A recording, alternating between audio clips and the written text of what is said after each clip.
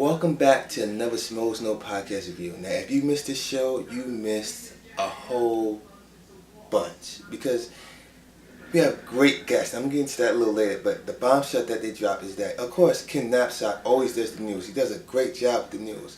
But then they drop the bombshell of Michael B. Jordan as being Johnny Storm in the new Fantastic Four reboot, which I think is a great idea because he's a fantastic actor.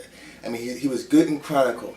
And he was great in Fruitvale Station. If you guys haven't seen Fruitvale Station, I definitely highly recommend you guys seeing that because that's a great movie and he was fantastic in it. It's good to have a little diversity when it comes to those type of roles. And I think he'll do a phenomenal job in being in that role. He's one of those actors that is on the rise as being one of the best actors for our generation. The guests that they had Clifton Collins Jr., who has been in movies like Traffic, Star Trek. He talked about working with Steven Soderbergh, J.J. Abrams, and he was just a good guest that they had. And I'm gonna say, you thought that the guests that they had in last week and the weeks before last were good, but this one, every week, becoming full pack with great guests. The bright spot of the show, he's had Norman Reedus from The Walking Dead. Now, I'm not a Walking Dead fan, but that's a great guest to get on a show like the Schmoes now because a lot of fans love The Walking Dead. And plus, he had him and Clifton Collins Jr. talking about back and forth about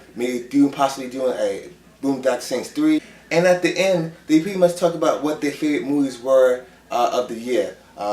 Rush, Gravity, Captain Phillips. So pretty much, the Schmoes Know podcast was a great show and good bombshell news about Michael B. Jordan being the Human Torch in the new Fantastic Four movie. This episode had to be one of the best episodes in recent memory. The guests were good. The news was great.